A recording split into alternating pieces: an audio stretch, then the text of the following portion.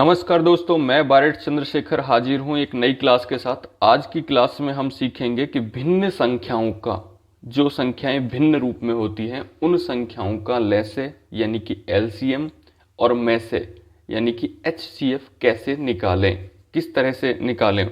कोई सवाल यदि भिन्न संख्याओं से संबंधित एलसीएम और एचसीएफ का आता है तो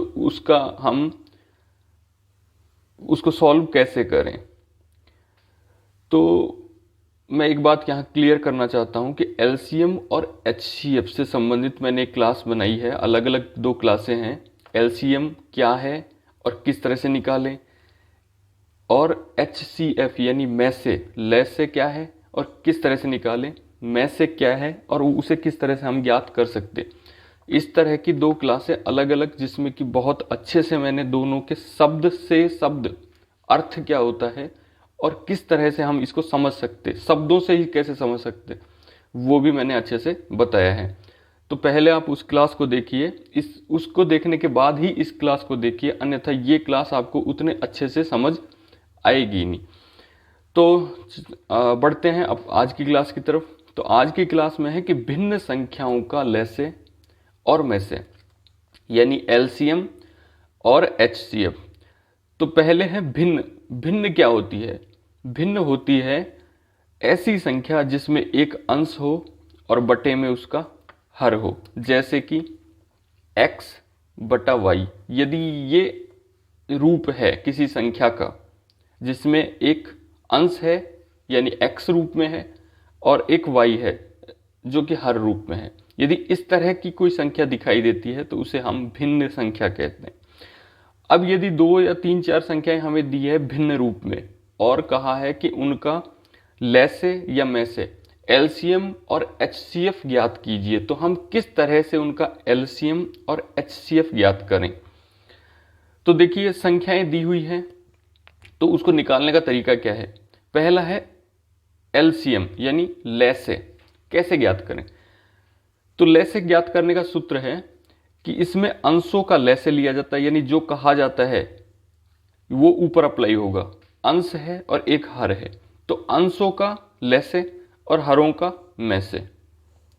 इससे आगे इसी में कि यदि मैसे पूछा जाए सवाल में कि भिन्न संख्याओं का मैसे ज्ञात कीजिए, 3 4 संख्याएं दी हुई हैं, जैसे कि यहाँ पे ये 4 5 संख्याएं हैं, 3 संख्याएं हैं, तो 3 संख्याओं में जो ऊपर वाला है, यदि इसमें सवाल में लैसे पूछता है तो लैसे का अर्थ होगा कि ऊपर वाली जो संख्याएं हैं उनका लैसे निकलेगा और नीचे वाली संख्याओं का मैसे।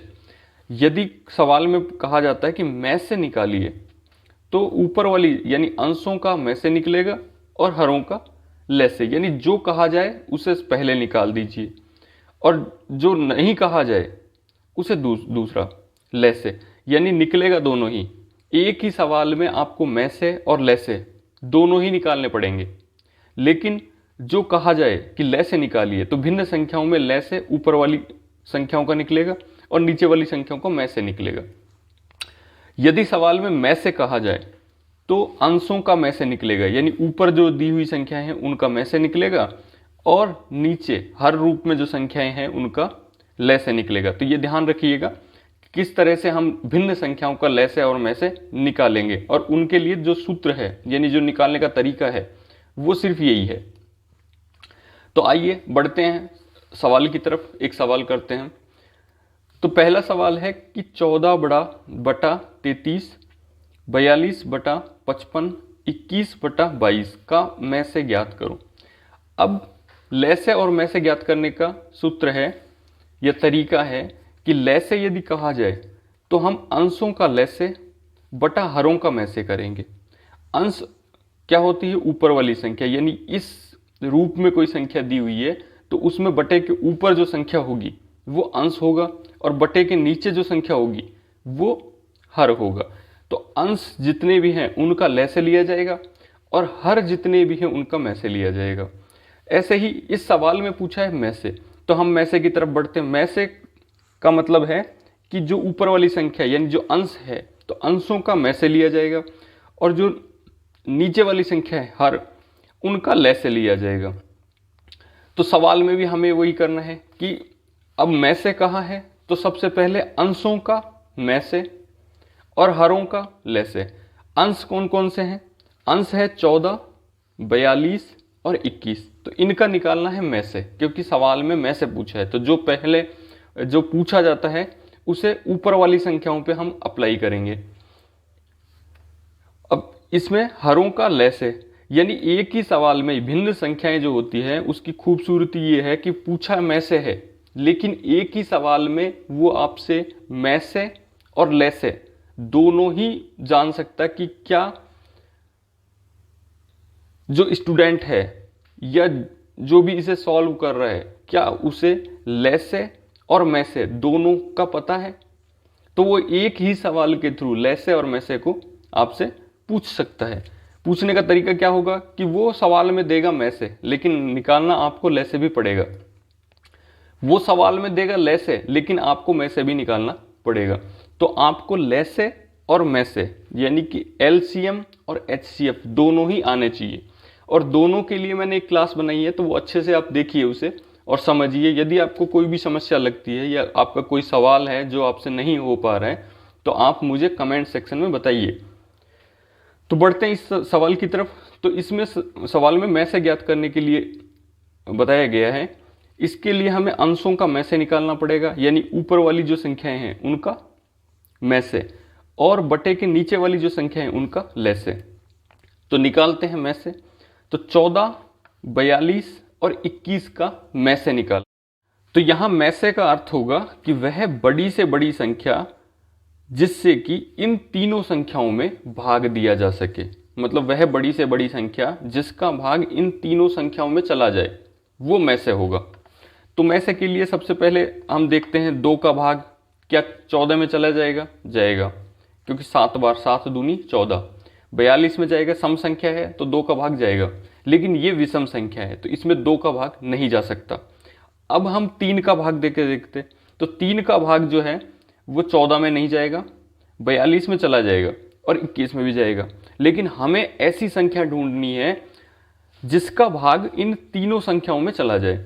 तो उसके बाद हम 4 की तरफ बढ़ेंगे। तो 4 का भाग भी सम संख्या में ही जाता है, तो यहाँ ये विषम संख्या है तो ये नहीं जाएगा। 5 का भाग केवल ऐसी संख्या जिसमें 0 या 5 आए, इकाई का अंक 0 हो या 5 आए, उसी में जाएगा। तो यहाँ ना 0 है और ना 5 है। इसके बाद 6। तो 6 जो है वो होता है 2 गुणा 3, यानी कि ऐसी संख्या जिसमें 2 या 3 दोनों का भाग चला जाए उसमें 6 का भाग भी चला जाता है। तो यहाँ पे 2 का भाग 21 में नहीं जा सकता, तो इसलिए 6 का भाग भी नहीं जाएगा। अब हम 7 की तरफ बढ़ते हैं। तो 7 का भाग 14 में जाएगा, 7 दूनी 14। 7 का भाग 42 में जाएगा, 7 छिक 42, और 7 का भाग 21 में जाएगा। तो 7 तिया 21। तो हम इसे 7 से डिवाइड करते हैं। तो 7 दूनी 14, 7 छिक 42 और 7 तिया 21। इसके बाद हमारे पास संख्याएं आती हैं 2, 6 और 3। तो अब ऐसी कोई भी संख्या नहीं है जिससे कि 2, 6 और 3 यानी तीनों को विभक्त किया जा सके। यानी 2 का भाग 2 में जा सकता लेकिन 3 में नहीं जाएगा, 3 का भाग 3 में जा सकता लेकिन 2 में नहीं जाएगा। तो हमारे पास जो मैं से है, यानी कि ऐसी संख्या जिसका भाग तीनों संख्याओं में जा सके वो केवल 7 है, इसके अलावा कोई नहीं है। अब हम बढ़ते हैं इन संख्याओं की तरफ, 33, 55 और 22, क्योंकि इनका हमें ले से निकालना है। यानी जो सूत्र है वो है कि अंशों का मैं से निकालना है और हरों का ले से। तो हर कौन कौन सी संख्या है? हर संख्याएं हैं 33, 55 और 22। तो ले से का मीन्स होता है कि ऐसी छोटी से छोटी संख्या जिसमें कि इन दी हुई संख्याओं का भाग चला जाए। मैं से में होता है कि बड़ी से बड़ी संख्या जिसका भाग इन तीनों संख्याओं में चला जाए, मैं से। और ले से होता है वह छोटी से छोटी लघुत्तम, यानी छोटी से छोटी संख्या जिसमें कि इन तीनों संख्याओं का भाग चला जाए, तो वो होता है ले से। तो हम ले से निकालते हैं। तो अब इसमें भाग देते हैं हम 2 का। तो 2 का भाग जाएगा, 2 का भाग चला जाएगा 33 का 33 में नहीं जाएगा, 55 में भी नहीं जाएगा, 22 में जाएगा, तो यहाँ 11 आ गया। इसके बाद हम भाग देते हैं 3 का भाग 33 में चला जाएगा, तो 11 तिये 33, 55 में नहीं जाएगा और 11 में भी नहीं जाएगा। अब हम 5 का भाग देते हैं, तो 5 का भाग 11 में नहीं जाएगा, 11 पंजो 55, 55 में चला जाएगा और यहाँ 11 में भी नहीं जाएगा। अब हम 11 का भाग देते हैं, तो 11 एकम 11, 11 एकम 11 और 11 एकम 11, यानी ये बच गया, तो ये खत्म हो गया। देन हम 1 का भाग देंगे तो उसका कोई महत्व नहीं है, इससे गुणा करेंगे तो भी उसका कोई महत्व नहीं है, तो इसे हम मान सकते हैं कि ये हम संख्याओं को कर चुके हैं, कंप्लीट कर चुके हैं। तो अब इसका जो लैसे होगा वो होगा कि जो जिन संख्याओं से हमने भाग दिया उन संख्याओं का गुणा करने पर लैसे आएगा, यानी 2 से विभक्त हुई थी संख्या, 3 से विभक्त हुई थी संख्या, इसके बाद 5 से विभक्त हुई संख्या और 11 से, इन सबको गुणा करते हैं। तो 2 तिया 6, 6 पंजो 30 और 30 गुणा 11 करेंगे, 30 गुणा 11, यानी 3 संख्याओं को मैंने पहले गुणा किया, 2 गुणा 3 यानी 2 तिया 6, 6 गुणा 5 यानी 6 पंजो 30, अब 30 गुणा 11 करना है, तो 30 गुणा 11, 11 तिया 33 यानी कि 330, यानी ऐसी संख्या होगी 330, वह छोटी से छोटी संख्या होगी ये, जिसमें कि इन तीनों संख्याओं का 33 का, 55 का और 22 का भाग चला जाएगा। तो ये जो संख्या है हमें 330 प्राप्त हुई। अब हम सवाल जो है पूछा है उसका आंसर निकालते हैं। ये कह रहा है कि ये 3 भिन्न हैं, उनका मैं से ज्ञात करो। मैं से ज्ञात करने का सूत्र जो होता है वो होता है कि अंशों का मैं से और हरों का लैसे। अंशों का मैं से कितना निकला है, अंशों का मैं से जो निकाला है हमने 14, 42 और 21 का मैं से निकला है 7, तो अंशों का मैं से 7 बटा हरों का लैसे। हर जो है वो संख्याएं थी ये, और उनका हमने लैसे निकाला, लैसे आया 330, तो इसका आंसर होगा 7 बटा 330। 7, इसका जो आंसर होगा वो होगा 7 बटा 330।